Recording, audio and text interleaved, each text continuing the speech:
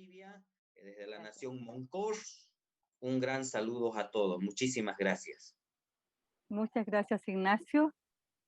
En este tema de la academia los tiempos son muy poco amables, lo lamentamos. Vamos a continuar con Claudia Vaca Flores, de Bolivia también. Ella es filóloga, investigadora en educación y cultura, poeta y escritora que ha publicado los géneros de poesía, narrativa y ensayo. Es docente de género lírico en la carrera de Pedagogía en Educación Media, en Lenguaje y Comunicación de la Facultad de Educación de la Universidad Católica de Concepción.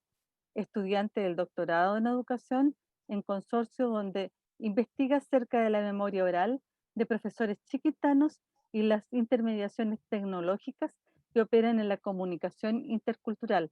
Ella nos va a exponer el rol de las TICs en las relaciones interculturales, divulgación de la memoria oral chiquitana.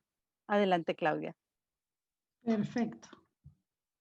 Bueno, muchísimas gracias por este espacio para dialogar y realmente un lujo escucharlo a Ignacio, a José, a Erlan, tenerlos en este espacio académico. La academia se siente bendecida, lo digo como chiquitana, como boliviana, latinoamericana, como ser humano, como poeta ante todo, porque ya va siendo hora, ¿no?, de que nos acerquemos unos a otros para compartir toda esta riqueza. Y la música es pues el lenguaje universal. Entonces con la música, aunque Erlan nos cantó en guaraní, hemos sentido la vibración de la melodía, la vibración de su voz, ¿no? El ser humano cuando llega al mundo, ¿qué es lo primero que hace? Emite un grito. Y por eso la memoria oral es tan importante, y en el siglo XXI tenemos tremenda oportunidad, como lo mencionaba José justo cuando se empezó a cortar. Tenemos tremenda oportunidad porque a través de las redes sociales y de las tecnologías de información y comunicación, los jóvenes de mi generación, la generación de José, la generación de Ignacio, hemos interactuado con las tecnologías de información y comunicación desde la secundaria. Y lo hemos hecho para visibilizar nuestro patrimonio cultural inmaterial. El diálogo es directo entre la interculturalidad y las tecnologías de información y comunicación.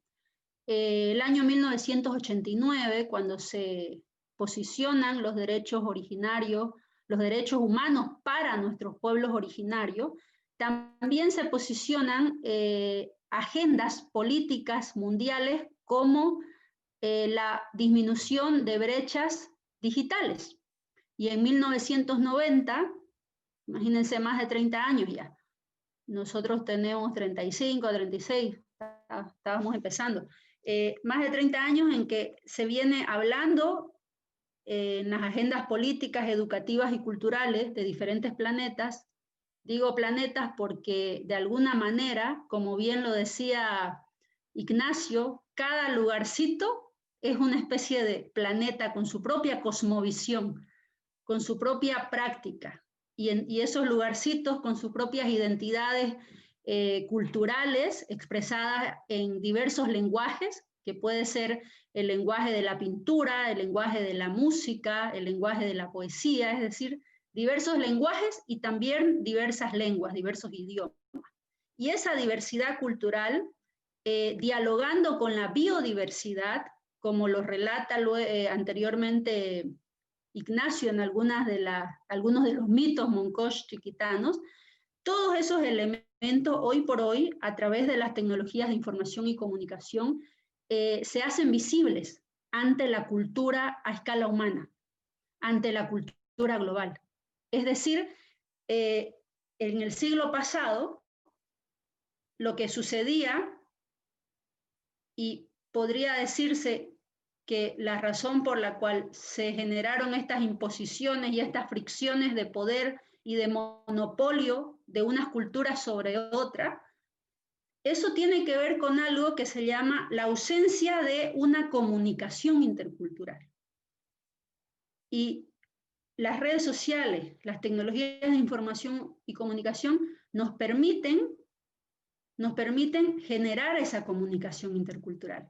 Porque todos los que tenemos WhatsApp, Instagram, Facebook, Twitter, blog, algún blog en Blogger, todos los que tenemos acceso a esos espacios, vamos posicionando nuestro pensamiento, nuestro idioma, nuestra obra de arte. Erlan, ustedes ponen Erlan Aireyu, profesor guaraní de América Latina, y encuentran un montón de grabaciones de Erlan en la red. Lo mismo pasa con el trabajo que viene haciendo Ignacio Tomichá en relación a la recuperación de los mitos, porque Ignacio además se formó como licenciado en educación en la misma universidad donde yo me formé como filóloga. José se formó como sociólogo, y José bien lo decía, nosotros hemos tenido la oportunidad de acceder a ese derecho que nos fue dado en 1989, cuando teníamos 4 o 5 añitos. Y eso es herencia de nuestros abuelos, de nuestros padres, es herencia de una lucha por nuestros derechos culturales. Y ahora estamos aquí dialogando desde una transculturalidad que se hace posible gracias a ese rol clave estratégico de las tecnologías de información y comunicación. Es urgente reconceptualizar la interculturalidad en diálogo con las tecnologías de información y comunicación, en diálogo con la antropología educativa. ¿Por qué? Porque el mundo de hoy necesita de las tecnologías de información y comunicación para visibilizar las brechas digitales que todavía persisten en nuestros lugares. Hay brechas digitales todavía, ¿por qué? Porque hay una agenda pendiente en relación a lo digital, en relación al acceso a la información y a la mejora de la conectividad en algunos lugares. Aquí mismo lo hemos experimentado cuando se cayó la señal de José, o Ignacio que intentaba conectarse, porque grabar una cápsula como lo hizo nuestra colega Christine desde Holanda, subirla es más pesado. Entonces fíjense cómo esos elementos técnicos, cuando empezamos a reflexionarlos desde este espacio académico, nos vamos dando cuenta de que todavía hay temas pendientes en relación a la brecha digital para disminuir la brecha social, la brecha sociocultural. Y que todos puedan acceder a una calidad de acceso a las tecnologías de información y comunicación, porque son nuestra herramienta hoy por hoy para seguir posicionando agendas pendientes. Y para cerrar, recordarnos a quienes están escuchando que en 1990, de manera paralela, se posicionaron 2 caminos: disminuir la brecha digital y, por otro lado, integrar a la diversidad cultural a través de sistemas de educación intercultural bilingüe. Y en Bolivia, el año 1994, tuvimos la tercera reforma educativa en la historia de la educación y de las leyes educativas de Bolivia. La reforma de 1994 incorporó la categoría conceptual de intercultural y educación bilingüe. Pero eso no alcanza. En el siglo XXI, muy bien, aplauso, tenemos leyes, tenemos derechos, tenemos nueva constitución en Bolivia, pero no se ha hecho la pega completa, señores gobernantes, y nosotros, señores y señoras académicos. Se necesita con urgencia la generación de nuevos enfoques didácticos y pedagógicos que viabilicen el diálogo. Porque lo que se ha hecho es, vengan al aula esos indiecitos, vengan, metámoslo al aula para que en la estadística salga que somos integradores y no sé qué. Y se les impone un currículo, en vez de decirle, hola, bienvenido, ¿qué hablas? ¿Qué nos traes? En vez de hacer esto que ustedes han hecho ahora. Abrir la mesa para que cada quien traiga su aporte, su alimento para el alma, su canto, su poema, su idioma, su mito, su reflexión, su análisis. Todo ello forma parte de la riqueza. Entonces, yo creo que va por ahí el camino y el desafío es enorme y lo hermoso es que hay la voluntad para hacerlo. Muchísimas gracias por el espacio, no me quiero extender para que después se puedan leer algunas preguntas de los asistentes. Gracias, Claudia. Vamos a dar continuidad con Marcelo Careaga Puter. Él es docente e investigador de la Universidad Católica Santísima Concepción y del Centro de Investigación y Desarrollo CIEDE, de la UCC, doctor de Filosofía y Ciencias de Educación, postdoctorado de la Universidad de Bristol, magíster en Educación, mención Currículum, especialista en Informática Educativa y profesor de Estado en Historia y Geografía. Nos va a hablar, Marcelo, de singularidad y cultura a escala humana, reinterpretación de la interculturalidad. Adelante, Marcelo. Muchísimas gracias. ¿Cómo explicar cosas complejas en pocos minutos, habiendo escuchado cosas tan interesantes? Si pudiésemos caracterizar la modernidad, hay dos elementos principales que nos permiten asumir una postura crítica. Uno es que las categorías de la modernidad eran bidimensionales. El hombre se movía en el tiempo y en el espacio. Y se desarrollaron en esas dimensiones distintos metarrelatos, ideologías, doctrinas y formas de comprensión de la vida humana que nos dejaron grandes macroconsecuencias. El descalabro ecológico, la brecha social, la falta de inclusión, por nombrar algunas, muchas de las cuales ustedes conocen y que no tengo tiempo de detallar. Y nos encontramos ante una coyuntura inesperada que hace eclosionar un proceso que se denomina disrupción tecnológica, que ya venía invadiendo nuestra cultura y transformándola drásticamente, que nos condujo a lo que algunos llaman la posmodernidad, otros denominan cultura cibernética, sociedad líquida. El tema conceptual no es interesante. Lo interesante es tomar conciencia respecto de cuál fue el cambio de esta transición cultural.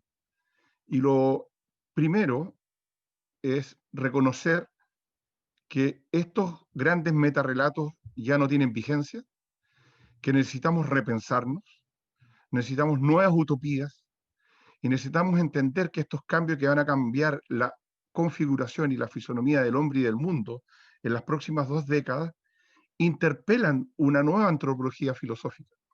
Es decir, ya el hombre no es bidimensional. De hecho, Marcuse hablaba del hombre unidimensional, el hombre masa, el hombre subsumido y alienado en el sistema capitalista de la sociedad individualista, competitiva y del consumo. Hoy día necesitamos entender que el hombre es tridimensional, que está remitido a la identidad del sujeto como un gestor cultural, creador a través de sus talentos, de la identidad cultural del grupo humano al que pertenece, que le aporta singularidad, pero que a su vez está en una interacción dinámica y permanente con la cultura a escala humana. Y en donde procesos que eran muy lentos en otras etapas de la historia, ahora se han transformado en acelerados procesos de modificación de las interacciones humanas entre las personas, los grupos, las instituciones, los gobiernos, los estados. La aculturación, la transculturación y la endoculturación hoy día son procesos enérgicos. Hay una fuerte tensión por mantener nuestra propia identidad, lo que nos hace ser singulares, pero a su vez estamos intermediados por una cultura a escala humana en la cual, a través de la radio, de las redes sociales, estamos transfiriendo elementos de nuestra propia cultura, tal como lo describía Claudia. Necesitamos repensarnos, necesitamos una nueva visión de la casa. Hoy día en la mañana tuve el privilegio de escuchar, solamente lo había leído, a Leonardo Boff en una conferencia que dio en línea. Y él decía, hay una unicidad en la Tierra. La Tierra es única y nos cobija a todos. Y el hombre moderno, con su extractivismo irracional, con esta espiral del consumo y de la producción irracional, provocó un descalabro tan grande que hoy día la casa está en peligro y la vida humana es la que hay que cuidar. Y él planteaba el énfasis en el cuidado, y el cuidado tiene que ver con estas interacciones entre los sujetos, sus grupos humanos particulares y sus propias identidades legítimas que hay que mantener y transferir, y esta interacción con una cultura a escala humana que establece nuevas relaciones de poder, de estados supranacionales, de poderes que están más allá de los estados y que están manejando la información, el conocimiento, y lo que establece es una demanda de una necesidad de una democratización del acceso a la información y al conocimiento. Esta disrupción tecnológica nos pone en una nueva disyuntiva. Las expectativas de vida en los próximos 20 años van a aumentar al doble, pero quienes tengan acceso a la tecnología van a ser quienes van a poder vivir más. Y quienes vivan esta brecha digital que denunciaba Claudia van a mantenerse con bajas expectativas de vida. La nanotecnología, la biotecnología, la inteligencia artificial, el mercado digital, la impresión 3D y 4D, por nombrar algunas, que van a cambiar la telemedicina, la telesalud, la educación digital, van a cambiar la fisonomía del mundo rápidamente, un cambio drástico, disruptivo. Y no nos estamos repensando. Estamos siendo consumidores inactivos, ineficientes de información y no nos hemos transformado en gestores de conocimiento y en gestores culturales. No tengo tiempo para desarrollar estas ideas, pero sin embargo dejo abierta la posibilidad de mantener estas redes, porque las tecnologías, como lo plantea Stigler, son espacios artificiales creados por el hombre, pero que no son neutras, sino que adquieren sentido en base a los contenidos, los modos, las formas y los fines para los cuales se usan. Entonces, la idea es que el hombre debe habitar estos espacios artificiales creados por él mismo y darle un sentido antropológico. Y si la usamos como lo están usando los hermanos que recién describieron para transferir su legado de su cultura oral o de su cultura musical, usando las tecnologías le estamos dando un sentido cultural profundo y le estamos dando un sentido ético al uso de la tecnología. Por lo tanto, las tecnologías en sí mismas no son nada. Somos nosotros los hombres llamados a darles contenido, sentido y un fin ético para mejorar la calidad de vida humana y mejorar el cuidado de la vida y de nuestro hogar, que es la tierra. Muchas gracias. Gracias, Marcelo. Bueno, qué bueno que tenemos un espacio pequeño, pero nos vamos a dar este espacio de reflexionar en común, por lo menos compartiendo una pregunta. Estamos en un escenario particularmente complejo. Más allá de lo que vamos a mirar en el futuro, el tiempo presente nos está diciendo de todas las formas posibles, hasta a través de una pandemia, de que es un momento de inflexión para la humanidad, es un instante de cambio, es un momento privilegiado si así lo tomamos. Y así es aquí también donde el saber, la filosofía y el conocimiento de pueblos ancestrales en diálogo, porque en definitiva la exposición en general han coincidido en el trasfondo del valor de la comunicación y cómo hoy día, vía digital o con la que sea, esto es una realidad y una urgencia y es posible. Entonces, en función de eso y el escenario que estamos viviendo, voy a instalar una pregunta que creo que va a ser la que vamos a alcanzar a trabajar un poco y tiene que ver con que, de acuerdo a todos los aportes que hemos escuchado en esta tarde, ¿qué propuestas para fortalecer justamente el diálogo intercultural y más allá? Miren que en caso de nuestros exponentes de Bolivia tienen la experiencia de algo que nosotros somos aspirantes, un cambio constitucional. Ustedes el cambio normativo lo tienen, donde hay un contexto que es plurinacional, nosotros es una aspiración, y en ese sentido, desde una perspectiva política también, entonces, ¿cómo vemos desde la experiencia que ustedes traen y de lo que podamos aportar desde acá también, la forma de fortalecer la comunicación para que no solo sea intentar que las voces se hagan escuchar, sino que la posibilidad de transformar la realidad, recogiendo la riqueza de la diversidad cultural, insisto, dado el momento que estamos viviendo, se haga una realidad y ese diálogo sea realmente una posibilidad para esta humanidad en cambio o en transición o posibilitante en definitiva, porque este instante de verdad es un instante inquietante y de transición y de posibilidad, pero también puede ser un punto de inflexión para ir hacia atrás si no podemos aprovecharlo. Entonces, ¿cuáles son las propuestas que podríamos escuchar de todas estas voces? Comenzamos en el orden en que iniciamos la presentación. ¿Te parece, José? ¿Te puedes comunicar en este momento? Si no, podemos seguir con Ignacio. Sí, exacto. Parece que sigues con problemas de comunicación. Dámosle, Ignacio. Bueno, muchísimas gracias, ¿no? Bueno, excelente a Claudia y a todo, a Marcelo. Un poco el tema del tema jurídico, ¿no? En Bolivia, como han mencionado, se ha basado, ha dado pasos importantes, ¿no? Para estar bajo la normativa, estas leyes. Pero que ya se ha mencionado también es el reajuste en la educación. En Bolivia se ha creado los currículos regionalizados, 36 currículos regionalizados que está con los saberes y conocimientos incluidos en estos currículos de cada nación, ¿no? Pero la dificultad es la aplicación del currículo regionalizado, ¿no? Tenemos a nuestros docentes que de alguna u otra manera no conocen una realidad, ¿no? de una nación. Entonces, al llegar como docente, como profesor, entonces primero tiene que conocer el idioma, luego conocer, ¿no? el espacio cultural donde se desenvuelve, ¿no? Y eso es lo que hace falta, ¿no? Eso es el paso importante que veo.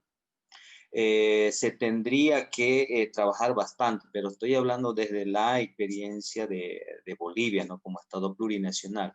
Entonces, transmitir esos saberes y conocimientos planteados en la educación dentro de los currículos regionalizados. Eso es para que esto pueda reforzar. Pero incluido a eso, tiene que ir igual con estas tecnologías en las cuales nosotros estamos utilizando y aplicando como lo hacemos como voces indígenas urbanas, ¿no?